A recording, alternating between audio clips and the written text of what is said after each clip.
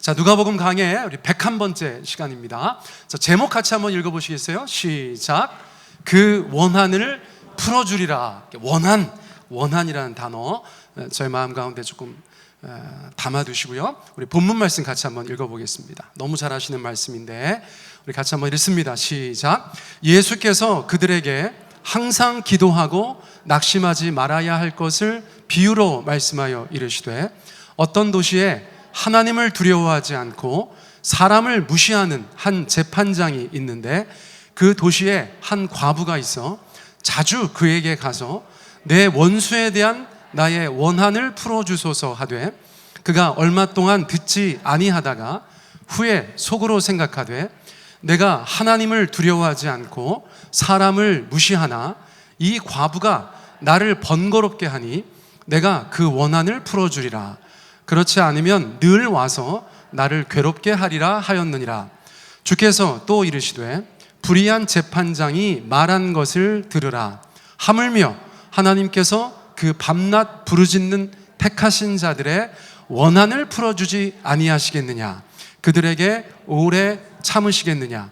내가 너희에게 이르노니 속히 그 원한을 풀어주시리라. 그러나 인자가 올 때에 세상에서 믿음을 보겠느냐 하시니라. 아멘. 자, 본문 말씀이 어디예요? 누가복음 18장 1절로 8절입니다. 여러분들 주의 깊게 살펴보시는 분들은 우리 목사님 많이 넘어가시네 이렇게 생각하실 수 있어요. 제가 지난번에 17장 10절까지 설교했습니다.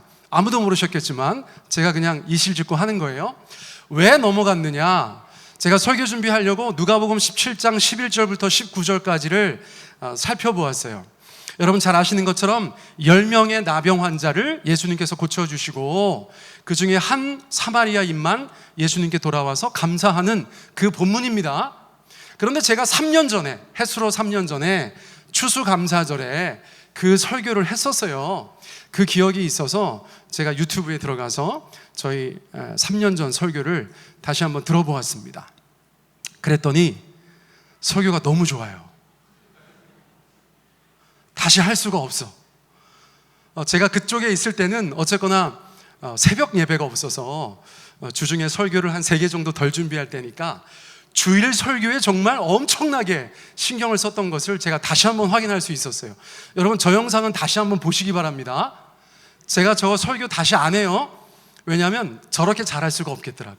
그래서 넘어갔습니다. 넘어가고 나서 누가복음 17장 20절로 37절까지를 봤는데, 제가 2년 전에 건전한 종말론이라고 여러분 시리즈로 설교를 했어요. 15번인가 정확하게 기억이 안 나는데 그때 시리즈 설교를 했거든요.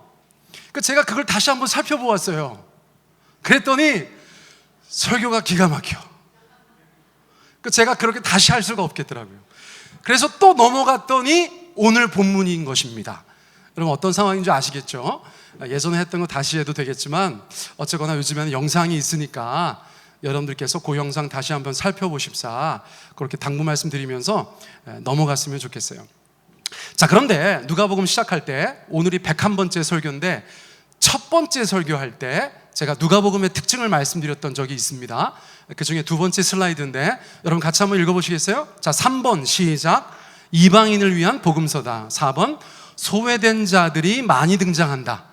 5번 여성의 위상이 아주 높다. 6번 기도하시는 예수님을 강조한다. 7번 성령의 역사를 강조한다. 8번 예루살렘과 성전이 강조된다. 자, 100번 이상 누가복음 설교를 들으신 여러분들 입장에서 지금 다시 한번 살펴보니까 정말 그렇죠. 저희가 저런 특징을 가지고 있는 누가복음을 다루고 있다는 것입니다. 그런데 오늘 본문 말씀은 6번에 해당된다고 볼 수 있어요. 예수님께서 기도하시는 것도 강조하지만 기도에 대한 이야기가 굉장히 많이 나옵니다. 그것이 바로 누가복음의 특징이에요. 그 중에서도 많은 설교자들이 성도들한테 항상 기도하고 낙심하지 말고 기도하라고 이야기하실 때 단골로 등장하는 본문이 바로 누가복음 18장 1절부터 그 이하의 말씀이 되는 것이에요. 자, 그러니까 여러분들 이 본문 말씀을 시작할 때 예수님께서 직접 말씀하시는 것처럼 이런 것 때문에 주신 말씀이다라는 것을 기억할 수 있어요. 자, 다시 한번 읽습니다. 1절 시작. 예수께서 그들에게 항상 기도하고 낙심하지 말아야 할 것을 비유로 말씀하여.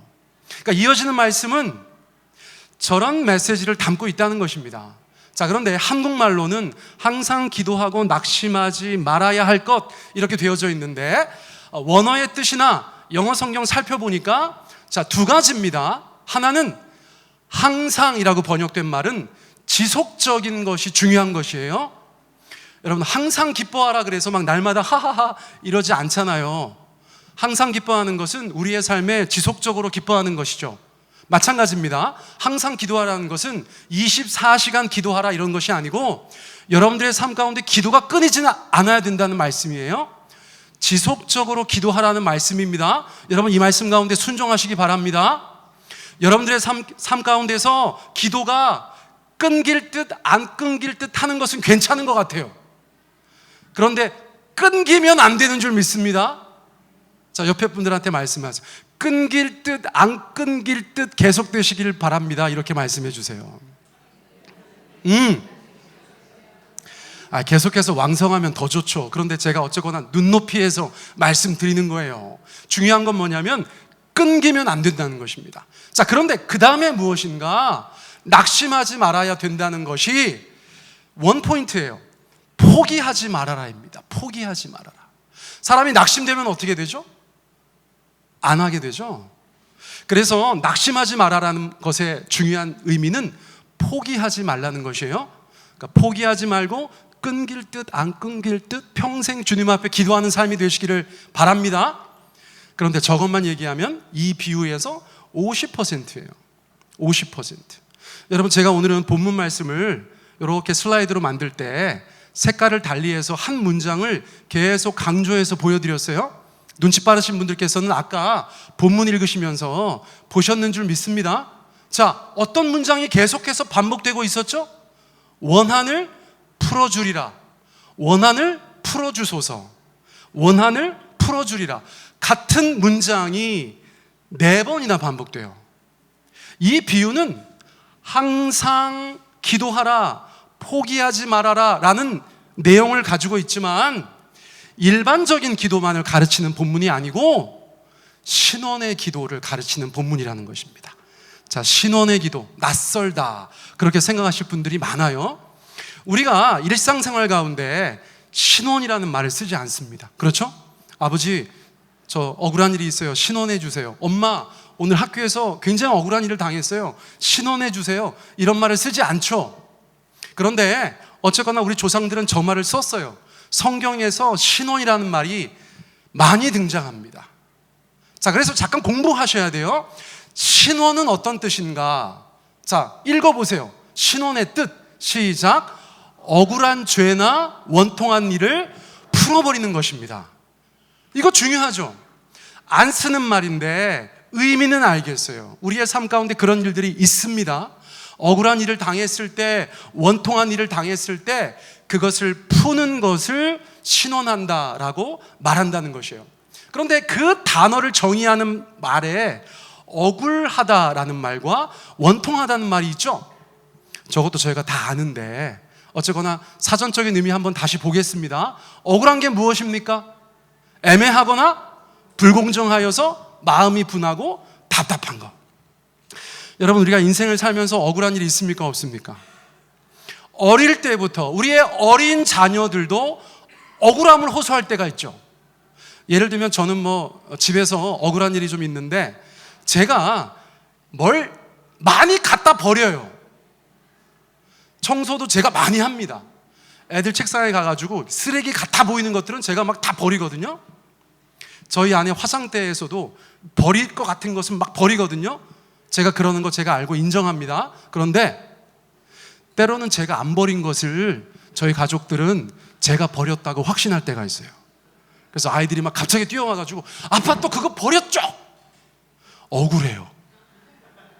내가 안 한 것을 했다고 했을 때 내가 그런 사람이긴 하지만 그럼에도 불구하고 그 일은 안 했는데 저보고 막 했다고 하면서 오해하고 확신하고 저한테 원망할 때 억울한 것이죠. 여러분, 억울한 것은 우리의 일상 다반사입니다. 그런데 그 억울한 것이 많아지고 심해지면 원통해지는 거예요. 자, 원통하다의 뜻을 읽어보세요. 시작. 몹시 억울하여 가슴이 아프다. 그런데 사람은 그 원통함이 우리 안에 있을 때 정말 고통스럽거든요. 여러분, 오늘의 기도는 일반적인 상황에서 항상 기도하고 낙심하지 말아라, 그 말씀은 50%고 나머지 50%는 뭐냐면 우리의 삶 가운데 우리가 겪는 그 억울함과 그 억울함이 집약되어서 우리의 삶 가운데 원통한 일이 있다는 것, 그것에 대해서 하나님께서 신원해 주신다는 거예요. 여러분, 저는 이거 굉장히 중요한 내용이라고 생각해요. 그러면서 이 비유를 말씀하세요. 자, 등장인물이 두 사람입니다. 첫 번째 누구냐? 18장 2절에 보니까 이런 사람이 등장해요. 같이 읽어보세요. 시작. 이르시되 어떤 도시에 하나님을 두려워하지 않고 사람을 무시하는 한 재판장이 있다는 것입니다. 여러분, 재판장은 많은 사람들에게 신원을 베풀 수 있는 사람이겠죠? 억울한 사람이 왔어요. 법에 호소합니다. 재판장님, 저의 억울함을 풀어주세요. 그러면 재판장이 법대로 잘 해서 그 신원함을 있게 해주면 되는데, 이 재판장의 두 가지 특징은 무엇이냐면, 첫째는 무엇이라는 것입니까? 하나님을 두려워하지 않아요. 두 번째는 사람을 무시해요. 어떤 사람의 억울함을 풀어주어야 할 사람은 사실 저 두 가지가 있어야 되는 거예요. 하나님을 경외하던가 사람에 대한 관심이 있어서, 내가 재판장이니까 이 사람의 억울함을 내가 하나님 앞에서 신자로서 또는 사람에 대한 애정을 가지고 풀어주어야겠다, 그렇게 접근할 텐데, 저 본문에 등장하는 재판장은 그 두 가지가 다 없어요. 그러니까 성경에서는 저런 사람들을 악한 사람이라고 보는 것입니다. 악인이라고 이야기하는 것이에요. 마땅히 그 자리에서 재판장으로서 신원을 해줘야 되는데 전혀 신원과는 거리가 먼 재판장이 이 비유에 등장하는 첫 번째 인물이에요. 그런데요, 두 번째는요, 완전 다른 사람이 등장합니다. 3절 말씀 읽어보세요. 시작. 그 도시에 한 과부가 있어 자주 그에게 가서 내 원수에 대한 나의 원한을 풀어주소서 하되. 여러분, 구약 성서, 신약 성서도 마찬가지입니다만 과부나 고아는 그 사회에서 가장 약한 자를 이야기하는 것이에요. 그러니까 재판장은 그렇지 않습니다. 뭘 좀 가지고 있는 사람입니다. 권력도 있고 권세도 있는 사람입니다. 그런데 과부는요, 아무것도 없어요. 과부는 남편이 없고 고아는 아버지가 없는 것입니다. 울타리 되는 사람들이 없어요. 경제적으로 모든 면에서 가장 힘든 사람들을 성경에서는 과부와 고아라고 말해주고 있어요. 그런데 이 과부는 재판정에 자기가 직접 갑니다. 굉장히 이것이 성경의 문화를 아는 사람들한테 짠한 것인데요, 무슨 말이냐면 원래 유다 사회에서는 재판정에 남자들이 가게 돼 있어요. 그런데 주변을 아무리 살펴보아도 남자가 씨가 말라서 직접 갔다는 것이에요. 무슨 말이냐? 3절에 등장하는 과부는 정말 세상에 의지할 사람 하나도 없는 약자라는 것입니다. 그런데 이 과부가 자주 그에게 가요. 다른 사람들한테 호소할 수 없으니까 재판장한테 갑니다. 왜요? 원수에 대한 원한이 있다는 것이에요. 자신의 대적자가 자신을 못 살게 구는 것입니다. 자신에 대해서 원통한 일을 만들어주는 거예요. 그래서 여러분들 출애굽기 22장 22절 23절 말씀에 보면 하나님께서 이스라엘 백성들 가운데 말씀을 주시면서 이런 말씀을 주세요. 세 번역으로 읽습니다. 자, 시작. 너희는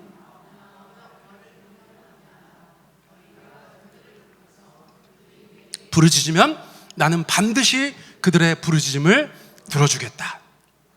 오늘날도 예수 믿는 사람들이 분명히 기억해야 될 것은 뭐냐면 하나님의 뜻은 저기에 있다는 것입니다. 사회적인 약자들에 대해서 보호하시기를 원한다는 것이에요. 이것은 우리의 생각이나 철학이나 사상이나 이념이나 그런 것이 달라도 예수 믿는 사람들이라면 공통적으로 간직해야 되는 가치라고 믿습니다. 이것은 하나님의 가치요, 성경의 가치이기 때문에 그래요. 여러분, 가까이 있는 자들 중에서 어려운 분들 돕는 것은 예수 믿는 사람의 가치입니다. 자, 말씀을 보세요. 너희는 과부나 고아를 괴롭히지 말아라, 이렇게 말씀하셨어요. 그런데 괴롭히다라는 말을 어떻게 번역할 수 있는가 살펴보니까 이렇게 번역할 수 있대요. 자, 4가지 단어입니다. 읽어보세요. 시작. 착취, 차별, 억압, 학대예요. 하나님께서 과부나 고아를 괴롭히지 말아라 할 때 그 안에 포함되어져 있는 의미가 크게 저 4가지인데, 약자들을 착취하지 말아라, 약자들을 차별하지 말아라, 약자들을 억압하지 말아라, 약자들을 학대하지 말아라. 여러분, 이렇게 풍성하게 저희가 이해할 수 있다는 것입니다. 하나님의 뜻이 거기에 있으세요. 그런데 더 무서운 것은 뭐냐면, 너희가 그들을 괴롭혀서 그들이 내게 부르짖으면, 하나님, 누가 저를 착취해요, 차별해요, 억압해요, 학대해요 라고 사회적인 약자가 네가 괴롭혔다고 나한테 부르짖으면 나는 반드시 그 부르짖음을 들어주겠다라고 말씀해 주셨다는 거예요. 제가 24절 이하는 적어놓지 않았지만 집에 가서 읽어보세요. 살벌합니다. 하나님께서 어떻게 그들 가운데 역사하시는지 여러분 집에 가서 보세요. 오늘의 숙제입니다. 자, 어쨌거나 약자를 괴롭히지 말라고 했는데 이 과부에게는 어떤 대적자가 있어서 아마도 그 여인의 인생 가운데 착취했던 것 같아요. 차별하였던 것 같아요. 억압하였던 것 같아요. 학대했던 것 같아요. 그러면 이 과부는 세상에 의지할 데가 아무도 없기 때문에 재판장에게 찾아갈 수밖에 없었다는 것입니다.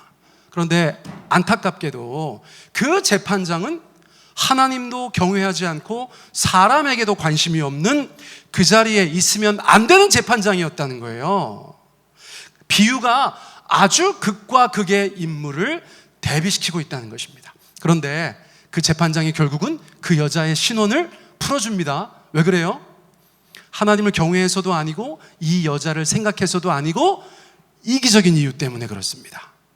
자, 4절 말씀 같이 읽어보세요. 시작. 그가 얼마 동안 듣지 아니하다가 후에 속으로 생각하되 내가 하나님을 두려워하지 않고 사람을 무시하나 이 과부가 나를 번거롭게 하니 내가 그 원한을 풀어주리라. 그렇지 않으면 늘 와서 나를 괴롭게 하리라 하였느니라. 자, 하나님을 두려워해서도 아니고 그 여자에 대한 애정 때문도 아니고 무엇 때문이에요?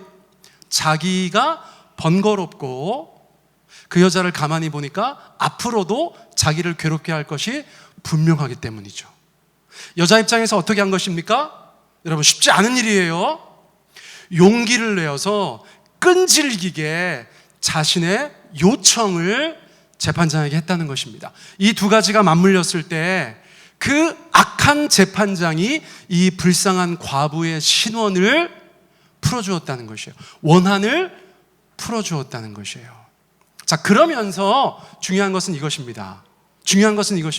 예수님께서 이렇게 말씀하셨어요. 뭐라고 말씀하셨어요? 읽어보세요. 시작. 주께서 또 이르시되 불의한 재판장이 말한 것을 들으라. 기억나세요? 불의한 재판장이 뭐라고 얘기했어요? 불의한 재판장이 뭐라고 얘기했습니까? 내가 그 원한을 풀어주리라. 자, 예수님께서 비유를 쭉 얘기하시다가 불의한 재판장이 말한 것을 들어라 라고 말씀하셨는데 사람들은 저렇게 얘기했다고 생각을 잘 안 해요. 여러분, 불의한 재판장이 뭐라고 얘기했냐면 내가 그 원한을 풀어주리라 라고 했다는 것입니다. 그러면서 예수님께서 교훈을 주세요. 7절에서 강조해서 말씀하십니다. 자, 읽어보세요. 시작. 하물며 하나님께서 그 밤낮 부르짖는 택하신 자들의 원한을 풀어주지 아니하시겠느냐, 그들에게 오래 참으시겠느냐라고 말했다는 거예요. 앞에 게 중요하죠. 불의한 재판장이에요. 세상 어떤 사람의 신원도 들어주지 않을 것 같은 그 재판장이 과부가 계속해서 용기를 내서 끈질기게 요청하였을 때 이기적인 이유라도 마음을 바꾸어서 내가 그 원한을 풀어주겠다라고 말했는데 하물며 우리 하나님께서는 그 원한을 풀어주지 않겠느냐. 택하신 자들의 택하신 자들의, 그런데 택하신 자들 중에서도 밤낮 부르짖는 택하신 자들의 원한을 풀어주지 않겠느냐? 여러분들의 삶에, 저의 삶에 억울한 것을 풀어주지 않겠느냐? 원통한 것을 풀어주지 않겠느냐? 예수님께서 그렇게 말씀해 주셨다는 거예요. 여러분, 하물며라는 말이 중요하죠. 세상 불의한 재판관도 신원을 들어주는데, 원한을 풀어주는데 하물며 하나님께서는 그렇게 하지 않으시겠느냐? 여러분, 은혜가 되지 않으세요? 이게 평소에 강조되는 메시지가 아니어서 여러분들이 좀 낯서실 수는 있어요. 그런데 여러분, 제가 말씀 그대로 여러분들 가운데 말씀드렸어요. 인생을 살다 보면 앞서서도 말씀드렸듯이 여러분, 우리가 정말 우리가 잘못한 것이 없는데 억울하고 그 억울한 일이 더 강도가 세지고 횟수가 많아져서 원통할 일이 있죠. 그런데 하나님은 어떤 하나님이시라는 거예요? 신원해 주시는 하나님이시라는 것입니다. 신원해 주시는 하나님. 삶에 아무 일도 없는 분들은 이런 말에 은혜가 안 되실 것 같아요. 그런데 여러분, 사연이 있는 분들, 그런 일들을 겪으신 분들은 하나님께서 신원해 주시는 하나님이시라는 것이 큰 힘과 위로가 되는 줄 믿습니다. 그런데 예수님께서 뭐라고 하시는 줄 아세요? 그 믿음을 보고 싶다고 말씀하셨어요. 자, 8절 말씀 읽어보세요. 시작. 내가 너희에게 이르노니 속히 그 원한을 풀어주시리라. 아멘. 그러나 인자가 올 때에 세상에서 믿음을 보겠느냐 하시니라. 예수님께서 지금 제자들에게 기도에 대해서 가르치시면서, 특별히 신원의 기도에 대해서 가르치시면서, 하나님은 하물며의 하나님이시다. 불의한 재판관도 신원해 주는데 하나님은 속히 그 원한을 풀어주실 것이다 라고 말씀해 주셨다는 거예요. 여러분, 이 사실을 믿으시기 바랍니다. 그런데 예수님께서 끝에 뭘 하나를 다 하셨어요. 뭘 다 하셨어요? 그러나 인자가 올 때 세상에서 믿음을 보겠느냐? 이런 말씀을 하셨어요. 이게 무슨 뜻입니까? 자, 먼저 믿음을 보겠느냐 그랬는데 한국말 성경에서 번역이 안 된 정관사가 있어요. 그 믿음을 보겠느냐예요. 그 믿음을 보겠느냐. 자, 무슨 말씀인지 아시겠죠? 그 믿음을 보겠느냐는 제가 앞서 설교할 때 이야기했던 그 믿음이에요. 항상 기도하고 낙심하지 않는 믿음. 할렐루야. 또 동시에 하나님께서 신원해 주시는 하나님이신 것을 믿고 밤낮 부르짖어서 하나님께서 원한을 풀어주시게 하는 믿음을 주님께서는 다시 보고 싶다고 말씀하셨다는 거예요. 여러분, 주님께서 우리 가운데 찾으시는 믿음은 어떤 믿음입니까? 우리의 삶 가운데 신원이 필요한 영역에 대해서 하나님 앞에 밤낮 부르짖어서 하나님께서 우리의 원통함과 억울함을 풀어주게 하시는 바로 그 믿음을 보고 싶어 하신다는 거예요. 사랑하는 성도님들, 여러분들의 삶 가운데서, 여러분들의 심령 가운데서 우리 하나님께서 그 믿음을 보게 되시기를 축복합니다. 자, 그러기 위해서 여러분, 세종배단위교회 금요기도에 다시 한번 광고 말씀드립니다. 할렐루야. 금요기도회 요즘에 휴가철이잖아요. 아유, 금요기도회에 파리가 날리려고 그래요. 물론 너무 감사한 것은 오시는 분들은 너무 뜨겁게 기도하고 계셔가지고 그 어느 때보다 아주 뜨거운 기도가 주님 앞에 드려지고 있는 것에 감사드리는데, 아무튼 이제 휴가가 이번 주 정도면 이제 끝나겠죠? 그렇죠? 감사합니다. 제가 좀 강제 종료하고 싶은 마음이 있는데 어쨌거나 이번 주는 끝날 것 같아. 그러면 이제부터는 여러분, 저희가 말씀에서 예수님께서 간절히 찾으시는 백성들 되기 위해서는 항상 기도하고 낙심하지 말아야 돼요. 지속적으로 기도하고 포기하지 않아야 돼요. 자, 끊어질 것 같았던 분들도 다시 나오시기를 축복합니다. 끊긴 분들도 다시 나오시기를 축복합니다.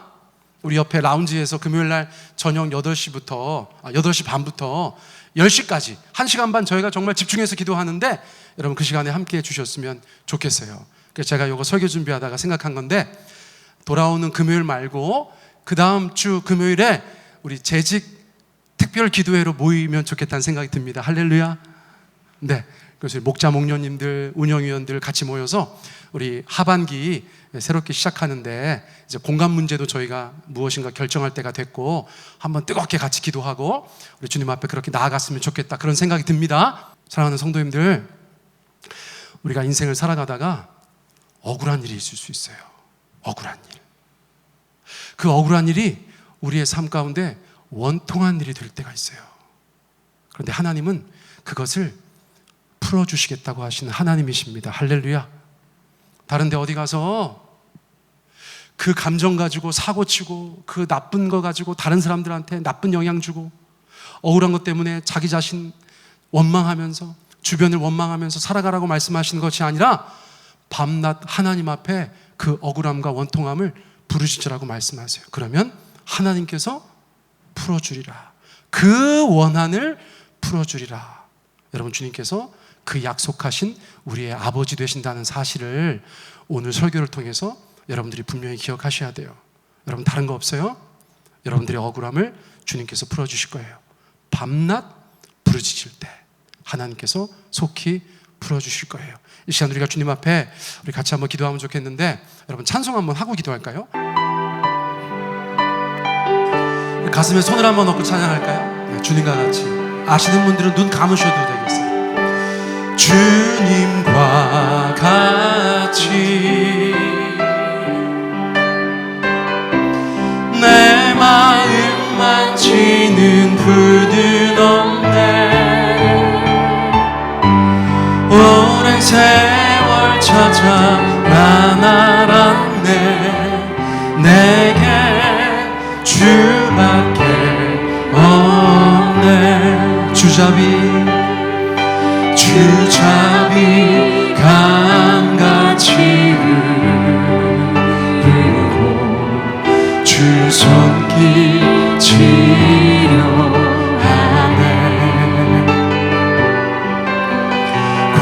고통받는 자녀 부르시니 주밖에 없네.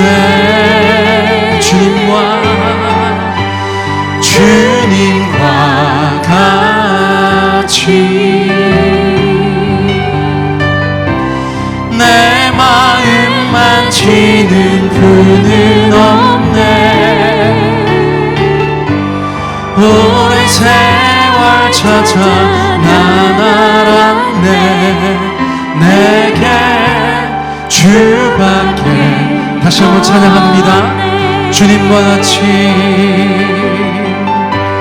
주님과 같이 내 마음 만지는 분은 없습니다. 내 마음 만지는 분은 없네.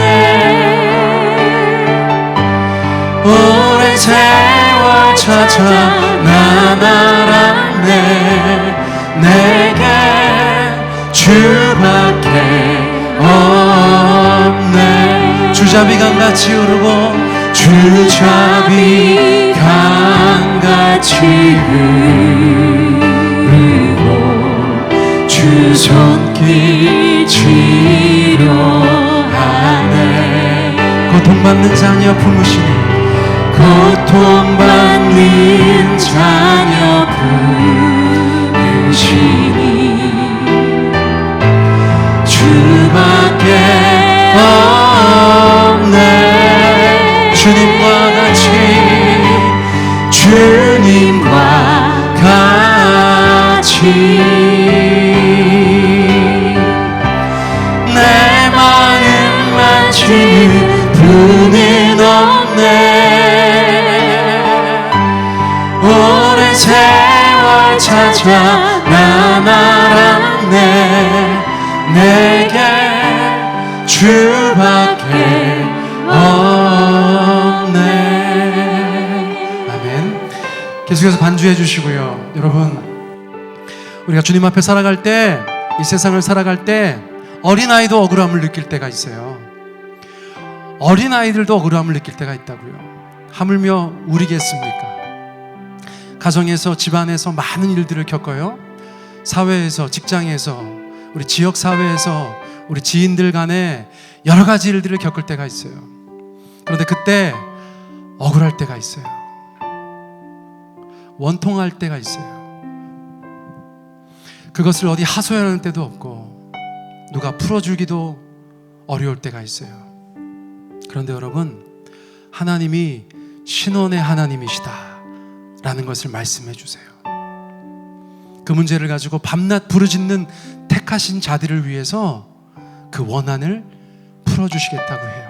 대단한 원한 아니더라도 크고 작은 원한 가운데, 크고 작은 억울함과 원통함 가운데 하나님께서 신원해 주신다고 말씀하세요. 여러분, 그 하나님을 믿고 그 하나님께 기도하고 계세요? 그냥 억울하다고 얘기만 하고 원통하다고 말만 하면서 하나님께 기도하지 않고 계시지 않아요? 여러분들의 삶 가운데서 그 기도가 끊이지 않고 지속적으로 낙심되거나 포기하지 않고 주님 앞에 올려드려야 되는 줄 믿습니다. 이 시간 여러분들 각자의 기도를 드리세요.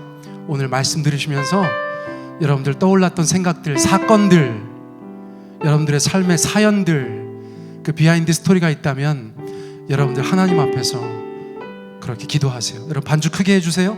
이 시간 여러분들 각자 주님 앞에서 그 기도 제목 가지고 기도하시기를 원합니다. 신원하시는 하나님께서 여러분들의 원한을 풀어주실 거예요. 우리 같이 기도합니다. 사랑의 하나님 아버지, 우리 가운데 온전히 인도하여 주시고 역사하여 주셔서 감사합니다. 오늘 말씀으로 저희 가운데 주신